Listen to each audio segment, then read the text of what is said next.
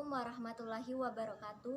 Hai teman-teman, perkenalkan nama aku Dwi Handayani dari Prodi S1 Farmasi semester 2B, NIM 191100083, Universitas Kadar Bangsa Palembang. Baiklah, untuk video kali ini saya akan membahas tentang kelarutan. Jadi, tonton videonya sampai habis ya. Kelarutan. Kelarutan atau solubilitas adalah kemampuan suatu zat kimia tertentu, zat terlarut solut, untuk larut dalam suatu pelarut solvent. Kelarutan dinyatakan dalam jumlah maksimum zat terlarut. Zat-zat terlarut yang larut dalam suatu pelarut pada kesetimbangan. Larutan hasil disebut larutan jenuh. Zat-zat terlarut dapat larut dengan perbandingan apapun terhadap suatu pelarut. Contohnya adalah etanol di dalam air. Sifat ini lebih dalam bahasa Inggris lebih tepatnya disebut miscible. Pelarut pada umumnya merupakan suatu cairan yang dapat berupa zat murni ataupun campuran. Zat yang terlarut dapat berupa gas, cairan lain, atau padat. Kelarutan bervariasi dari selalu larut seperti etanol dan air, sehingga sulit terlarut seperti perak klorida dalam air.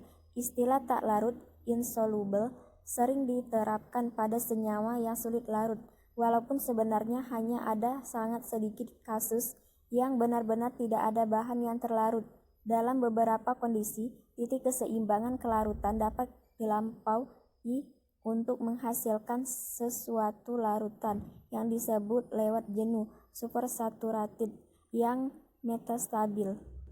Secara kuantitatif, kelarutan suatu zat dinyatakan sebagai suatu konsentrasi yang terlarut di dalam larutan jenuh pada suhu dan tekanan tertentu.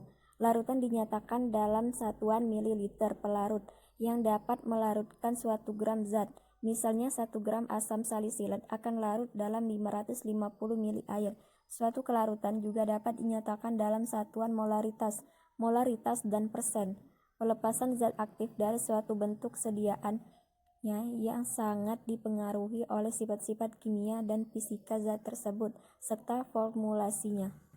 Faktor-faktor yang dapat mempengaruhi kelarutan suatu zat.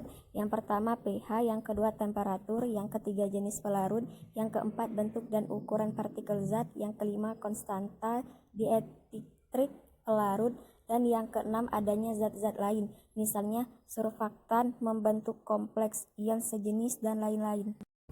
Yang pertama, pengaruh pH. Zat aktif yang sering digunakan di dalam dunia pengobatan umumnya adalah zat organik yang bersifat asam lemah, di mana kelarutannya sangat dipengaruhi oleh pH kelarutannya.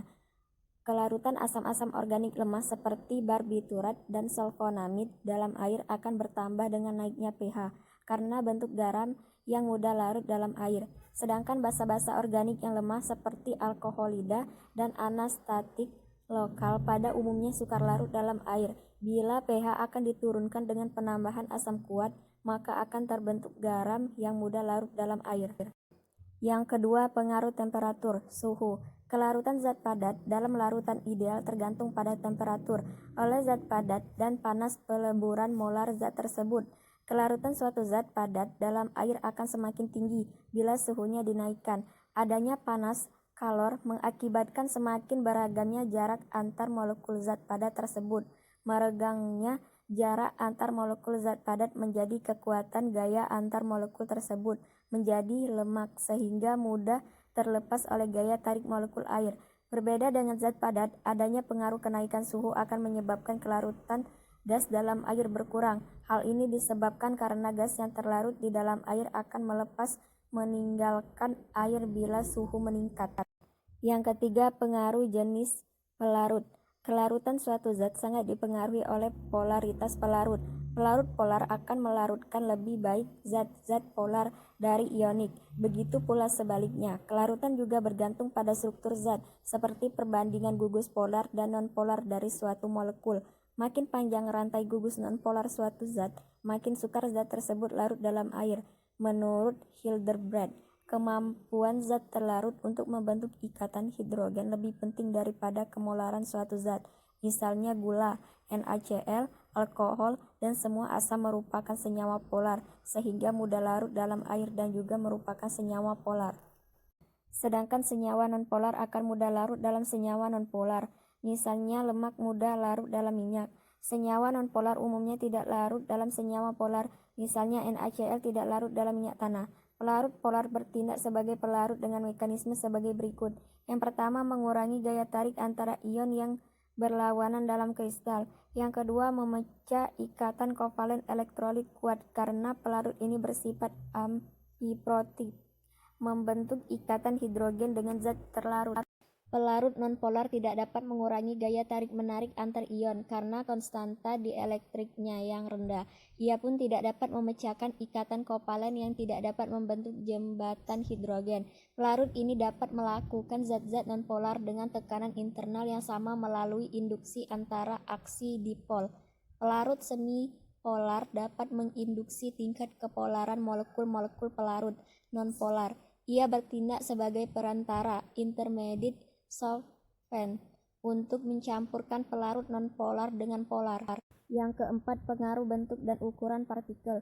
Kelarutan suatu zat akan naik dengan berkurangnya ukuran partikel suatu zat, sesuai dengan persamaan berikut. Log S per SO sama dengan 2V per 2,303 RTR. Keterangan: S kelarutan dari partikel halus, SO kelarutan zat padat yang ukuran partikelnya lebih besar, R tegangan permukaan partikel zat padat, V volume partikel dalam cm² per mol, R jari-jari akhir partikel dalam cm², T temperatur absolut. Yang kelima, pengaruh konstanta dielektrik. Kelarutan suatu zat sangat dipengaruhi oleh polaritas pelarut. Pelarut polar mempunyai konstanta dielektrik yang tinggi, dapat melarutkan zat-zat nonpolar sukar larut dalamnya. Begitu pula sebaliknya. Besarnya tetapan dielektrik ini menurut Mohr dapat diatur dengan penambahan pelarut lain. Tetapan dielektrik suatu campuran pelarut merupakan hasil penjumlahan dari tetapan dielektrik masing-masing yang sudah dikalikan dengan persen volume masing-masing komponen pelarut. Ada kalanya suatu zat lebih mudah larut dalam pelarut campuran dibandingkan pelarut tunggalnya. Fenomena ini dikenal dengan istilah kosolvensi, dan pengaruh yang mana dalam bentuk campuran dapat menaikkan kelarutan suatu zat disebut kosolven. Etanol, gliserin, dan propilen glikol adalah CO solvents yang umum digunakan dalam bidang farmasi untuk pembuatan eliksir. Yang keenam, pengaruh penambahan zat-zat lain. Surfaktan adalah suatu zat yang sering digunakan untuk menaikkan kelarutan suatu zat. Molekul surfaktan terdiri atas dua bagian, yaitu bagian polar dan nonpolar. Apabila didispersikan dalam air pada konsentrasi yang rendah, akan berkumpul pada permukaan dengan mengorientasikan bagian ke arah air dan bagian nonpolar ke arah udara. Surfaktan mempunyai kecenderungan berasosiasi membentuk agregat yang dikenal sebagai misel. Konsentrasi pada saat misel mulai terbentuk disebut konsentrasi misel kritik KMK. Teofirin, pemberian, serbuk habur putih tidak berbau rasa pahit. Kelarutan sukar larut dalam larutan AB dan amonium hidroksida agar sukar larut dalam etanol, dalam kromoform, dan dalam ether. Stabilitas, stabil di udara. Sterilitas, otoklaf. Keuntungan bentuk sediaan. Yang pertama merupakan campuran homogen. Yang kedua, dosis dapat diubah-ubah dalam pembuatan. Yang ketiga, dapat diberikan dalam larutan encer kapsul. Yang keempat, kerja awal obat lebih cepat karena obat lebih cepat diabsorpsi. Yang kelima, mudah diberi pemanis, bau buatan, dan pewarna. Yang keenam, untuk pemakaian luar, bentuk larutan mudah dilarutkan.